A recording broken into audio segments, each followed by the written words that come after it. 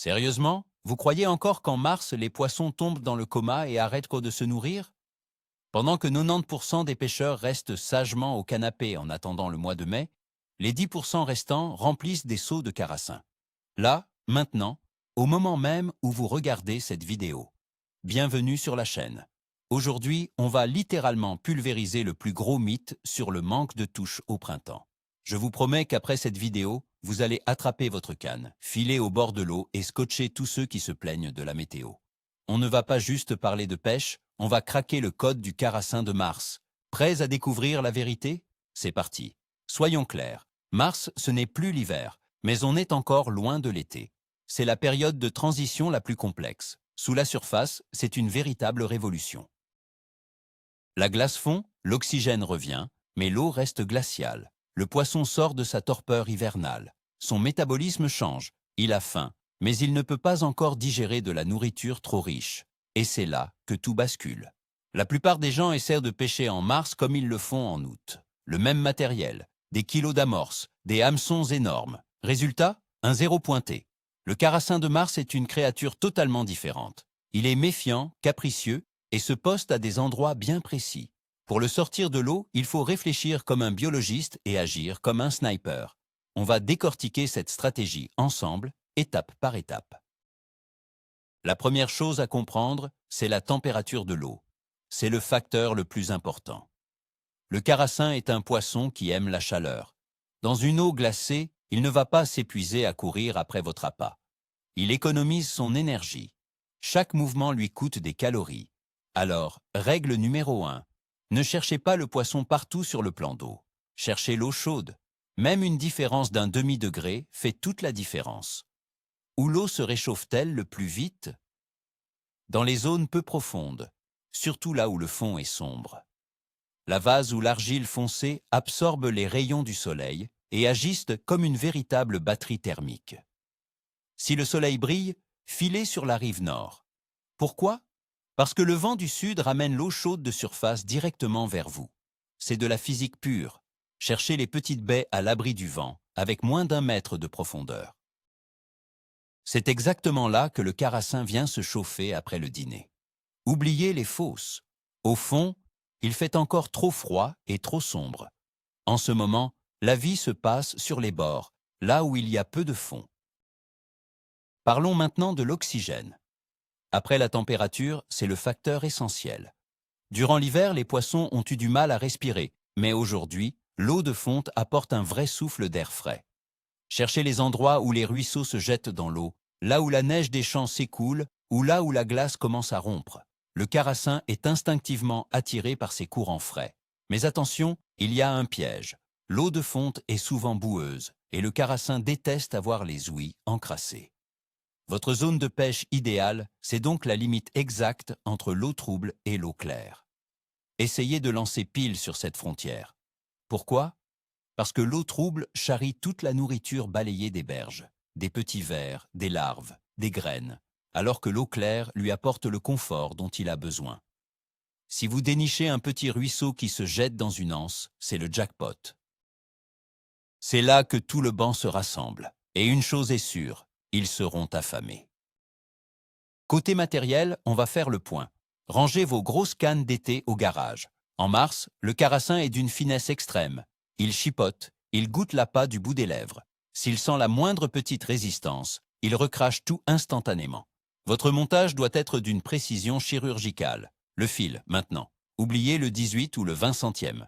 Votre corps de ligne doit être du 12 centième maximum. Et pour le bas de ligne, passez sur du 8, voire du 6 centième. Oui, c'est de la toile d'araignée.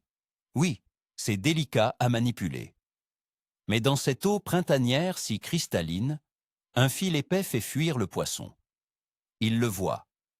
Il remarque que l'appât descend de manière suspecte. Un fil fin, par contre, ne prend pas le vent et laisse l'èche couler avec souplesse et naturel. C'est absolument crucial. Le flotteur. C'est vos yeux sous l'eau. Pour réussir, misez tout sur la légèreté. 1 gramme, 1 gramme et demi, 2 au maximum. S'il y a du vent, prenez un flotteur avec une antenne très fine pour capter les touches les plus discrètes. Votre équilibrage doit être impeccable. Le bouchon doit couler à la moindre sollicitation. Surtout, répartissez bien vos plombs sur le fil. Ne mettez pas une seule grosse bille près de l'hameçon, formez plutôt un chapelet. Le plus petit plomb, le plomb de touche, doit être placé à 5 cm de l'hameçon. Quand le carassin soulève l'appât, il ne doit ressentir aucune résistance. S'il sent du poids, il lâchera aussitôt. Votre but, c'est de tromper sa méfiance. L'appât doit paraître totalement léger, comme s'il était en apesanteur. C'est un vrai jeu du chat et de la souris, et c'est à vous d'être le plus rusé. Les hameçons, c'est souvent un sujet qui fâche. Je vois encore trop de pêcheurs utiliser du numéro 10 avec une grosse grappe de verre. Mais en mars, ça ne fonctionne pas comme ça. À cette période, le carassin a une petite bouche et il cherche des proies minuscules.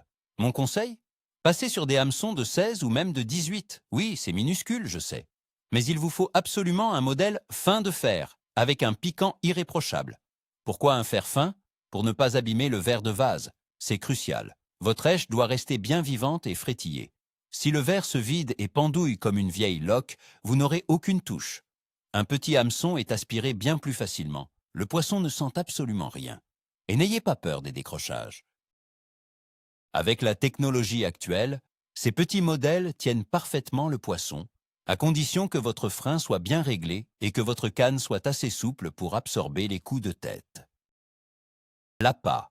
Qu'est-ce qu'on met au menu? En mars, le carassin est un vrai prédateur. Il lui faut des protéines. Il se prépare pour le frais et doit reprendre des forces. Alors, oubliez le pain, la pâte, le maïs ou l'orge. Gardez ça pour le mois de mai. En ce moment, le roi de l'assiette, c'est le ver de vase. C'est son repas naturel, celui qu'il trouve au fond, dans la vase. Le carassin en connaît par cœur le goût et l'odeur. Piquez-en un ou deux sur l'hameçon, pas plus. Ne faites pas une grosse grappe. Accrochez-les par la tête pour qu'ils gigotent. Ce mouvement, ça rend le poisson fou. Si vous n'avez pas de verre de vase, l'asticot fera l'affaire. Mais pas les gros. Prenez les petits, de type Fifi's. Ou alors, choisissez les plus petits de votre boîte. En eau froide, l'asticot rouge marche souvent mieux que le blanc. Enfin, testez le panaché, un verre de vase et un asticot. C'est un grand classique qui fonctionne à tous les coups. Et le verre alors? Est-ce qu'on peut l'utiliser? Oui, bien sûr, mais il y a un petit truc à savoir. En mars, un verre de fumier entier, c'est souvent trop gros.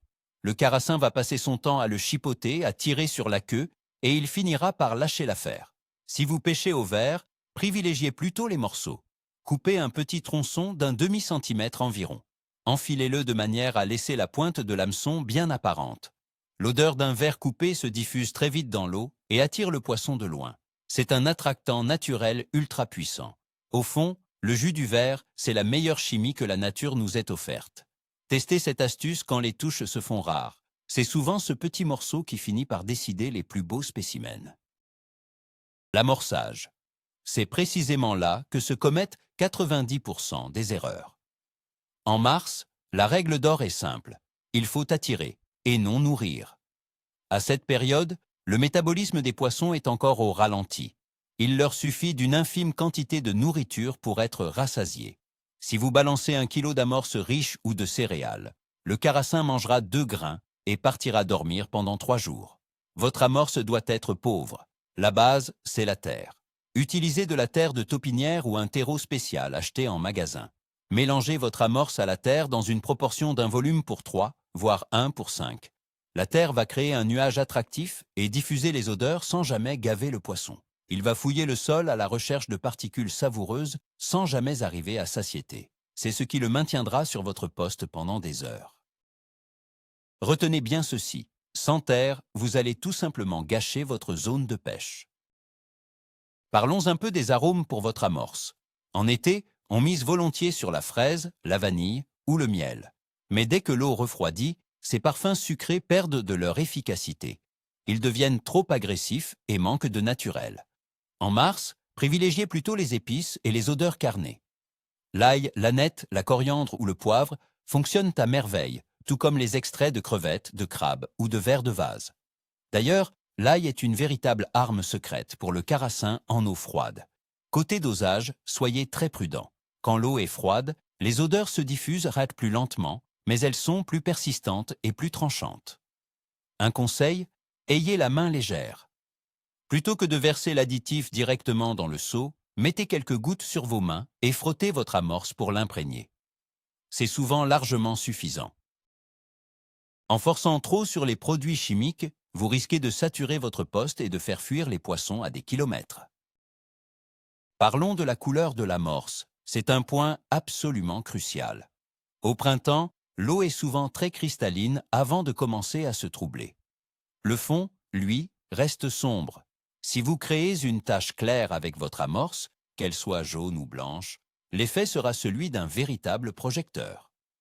Le petit poisson aura peur de s'installer sur une zone aussi voyante. Pour lui, c'est s'exposer directement aux prédateurs, comme le brochet ou la perche. Même le carassin restera sur ses gardes. Votre amorce doit donc être noire ou d'un brun très foncé. Pour obtenir ce résultat, utilisez un colorant spécial ou ajoutez simplement de la terre de jardin bien noire. L'objectif est que l'amorce se fonde totalement dans le décor. Le poisson doit la repérer grâce à son odorat, et non par contraste visuel. C'est avant tout une question de sécurité pour lui. Mettez le poisson en confiance en respectant son environnement, et il vous récompensera par de belles touches. Stratégie d'amorçage. Oubliez les gros tapis de départ avec 10 boules de la taille d'une orange. Vous allez faire fuir le poisson avec le bruit des impacts. En mars, il faut pêcher tout en finesse. Lancez une seule petite boule, de la taille d'une noix. Ou alors, utilisez un petit feeder si vous pêchez au fond. Le bruit à la tombée de l'eau doit être minimal. À cette saison, le poisson est très méfiant, un plouf de trop, et le banc se décale de 5 mètres. Mieux vaut envoyer une petite boulette toutes les 20 minutes pour entretenir l'appétit, plutôt que de pilonner l'eau comme à l'artillerie. Si vous pêchez au flotteur, ne formez même pas de boule. Lancez votre amorce bien sèche pour qu'elle s'éclate en surface et crée un nuage de particules en coulant. C'est ce halo qui fera venir le poisson de loin sans l'effrayer. La mobilité. En été, la pêche est simple. On s'installe confortablement, on amorce et on attend que le poisson vienne à nous. Mais en mars, c'est une autre histoire, car le poisson bouge très peu. Si ça ne mord pas au bout de 30 minutes, n'insistez pas et changez de coin. N'attendez pas de miracle, il n'y en aura pas. C'est à vous d'aller débusquer le poisson. Décalez-vous de 10 mètres, variez la profondeur. Tentez votre chance sous une souche ou près des roseaux. Le poisson est très localisé. Vous pouvez être assis à 1 mètre seulement d'un banc entier sans que rien ne se passe. La recherche active, c'est le secret de la réussite. Une chaise légère, le strict minimum d'équipement et la canne bien en main. On perce un trou ou on lance son bouchon, on teste le spot et on continue plus loin. Celui qui cherche finit toujours par tomber sur son banc de lingots d'argent. En mars, rester statique, c'est l'échec assuré. Inutile de vous lever à 4 heures du matin. Au petit jour, l'eau est encore bien trop froide après la nuit, et le carassin, lui, dort encore. En mars, les touches ne commencent souvent qu'aux alentours de midi, dès que le soleil commence à réchauffer l'eau. La période idéale se situe entre 11 heures et 15 ou 16 heures. Dès que le soleil décline, la température chute et tout s'arrête net, comme si on coupait le contact. Profitez-en, faites la grasse matinée, prenez tranquillement votre déjeuner et arrivez au bord de l'eau vers 10 heures. Vous ne manquerez absolument rien. Au contraire, vous serez en pleine forme pile au moment où le poisson sort pour se nourrir. C'est l'un des rares moments où la paresse joue vraiment en faveur du pêcheur. Animation de l'appât. En mars, le carassin aime que ça bouge, mais avec une extrême lenteur. Si votre bouchon reste figé, essayez de lui donner un peu de vie. Effectuez une légère tirée avec le sion, de quelques centimètres à peine. Soulevez l'appât, puis laissez-le reposer. Le faire traîner sur le fond fonctionne aussi à merveille. Cela imite un petit insecte ou une larve qui fouille dans la vase. Souvent, la touche survient pile au moment de l'arrêt. C'est le réflexe du prédateur qui s'active. La proie s'échappe, il faut l'attraper. Mais attention, vos mouvements doivent rester souples, jamais brusques. Un coup sec risquerait de l'effrayer. Imaginez que vous manipulez une marionnette. Faites-le avec finesse et délicatesse. Le vent et le clapot. Beaucoup de pêcheurs redoutent le vent, et pourtant, c'est un véritable allié. Ces petites rides à la surface de l'eau vous cachent de la vue des poissons. Par temps calme, le poisson repère immédiatement votre silhouette sur la berge et s'effraie au moindre mouvement de canne. Le clapot, c'est votre camouflage naturel. En plus de vous masquer, le vent brasse l'eau et l'oxygène en profondeur. La rive exposée, celle où le vent souffle de face, est souvent la plus poissonneuse. Le vent y pousse la nourriture de surface et crée un courant de fond qui remue les sédiments. Alors, n'ayez pas peur du vent. Couvrez-vous bien et installez-vous face aux vagues. C'est précisément là, dans cette zone de ressac, que les plus gros spécimens de carassins rôdent pour ramasser tout ce qui tombe à l'eau. L'analyse du fond. Si vous pêchez au feeder ou au piqueur, ne négligez jamais l'étape du sondage. Cherchez la transition entre un fond vaseux et une zone dure ou chargée de coquillages. Repérez la moindre cassure. Chaque anomalie sur le fond est un abri potentiel ou un garde-manger pour le poisson. Sur un fond plat et uniforme, le poisson ne s'attarde pas. Il cherche des points de repère. Un simple petit creux ou une légère bosse peuvent devenir de véritables aimants. Consacrez les 30 premières minutes de votre session à l'étude du relief. Utilisez un plomb de sondage. Ce temps investi sera largement récompensé. Il vaut mieux passer 30 minutes à chercher pour faire 3 heures de belle pêche, plutôt que de fixer un sion immobile pendant 4 heures sur un spot choisi au hasard. Le silence. L'eau est froide et cristalline, et le moindre son s'y propage instantanément. Le choc d'un seau, des éclats de voix, le martèlement des pas sur la berge. Le poisson perçoit tout. Le carassin est d'un naturel méfiant. S'il sent un danger, il ne s'enfuira pas forcément loin, il cessera simplement de mordre. Il restera figé. Soyez donc discret. Ne claquez pas les portières de la voiture. Approchez-vous du bord de l'eau avec précaution. Veillez surtout à ne pas projeter votre ombre sur le bouchon. Le camouflage, ce n'est pas seulement porter une tenue de camouflage, c'est avant tout une question d'attitude. Soyez en harmonie avec la nature, n'agissez pas comme un éléphant dans un magasin de porcelaine. Plus vous saurez vous faire oublier, plus le poisson s'approchera de la rive. Réussir ses ferrages. En mars, les touches sont parfois presque invisibles. Le flotteur s'enfonce à peine d'1 millimètre, se décale un peu ou s'immobilise de façon suspecte. Au moindre doute, ferrez sans hésiter. N'attendez pas qu'il plonge ou qu'il se couche à la surface, car cela n'arrivera peut-être pas. Le carassin saisit l'appât, le garde en bouche, mais reste immobile. Au moindre soupçon, il recrache tout. Votre réaction doit être immédiate. Utilisez une canne légère avec une action de pointe rapide. Le ferrage doit être court. Pas besoin de grands mouvements amples qui pourraient déchirer la bouche du poisson. Un simple coup de poignet sec suffit. Tout est dans la tête. Surtout, ne lâchez rien. Le mois de mars met vos nerfs à rude épreuve.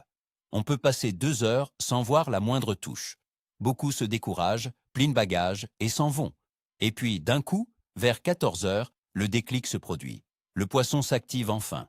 La pêche en mars, c'est avant tout une épreuve d'endurance. Croyez en votre spot, croyez en votre stratégie. Si vous avez bien fait les choses, le bon emplacement, un montage fin, une amorce soignée, le résultat finira par tomber. Le poisson est là, il faut juste attendre qu'il se mette à table. La patience est la première qualité d'un pêcheur, et au printemps, elle vaut de l'or. Dernier point, et c'est sans doute le plus important, la sécurité. Si vous pêchez sur la glace, soyez extrêmement prudent. La glace de mars est traître, elle devient friable, presque comme des aiguilles, et le pire, c'est qu'elle ne craque pas forcément avant de céder. Ne sortez jamais seul et gardez toujours vos pics de secours à portée de main. Si vous préférez rester sur la berge, faites attention où vous mettez les pieds. Avec l'alternance du gel et du dégel, la boue transforme les bords en vraie patinoire. Tomber dans l'eau glacée, c'est vraiment loin d'être un plaisir. Rappelez-vous, aucun poisson ne vaut de mettre sa santé en danger. Équipez-vous bien, misez sur les vêtements thermiques. Si vous êtes au chaud et bien dans vos bottes, vous serez plus attentif et vous pêcherez mieux. Prenez soin de vous et faites en sorte que la pêche reste un pur moment de plaisir. Bon les amis, vous avez maintenant toutes les clés en main. En mars, on oublie les excuses. C'est le moment idéal pour les vrais tacticiens. Oubliez les légendes comme quoi les poissons dorment encore. Ils sont bien là, ils vous attendent. Il suffit juste de changer un peu votre approche. Prévoyez du fil très fin, des hameçons minuscules, de l'appât naturel et une amorce sombre mélangée à de la terre. Et surtout, cherchez les zones où l'eau est la plus chaude. Voilà la recette gagnante. Testez au moins 3 de ces astuces lors de votre prochaine sortie. Et je vous garantis que vos résultats n'auront plus rien à voir. N'ayez pas peur d'essayer des trucs. La pêche, c'est justement ça, cherchez la petite bête et trouvez la solution. Merci d'être resté jusqu'au bout. Si cette vidéo vous a plu, abonnez-vous et activez la petite cloche pour ne rien rater de l'ouverture de la saison. Un petit pouce bleu, c'est le meilleur moyen de me soutenir. Et avant de partir, dites-moi en commentaire, c'est quoi votre plus belle prise au tout début du printemps? J'ai hâte de lire vos récits. Allez, à bientôt au bord de l'eau.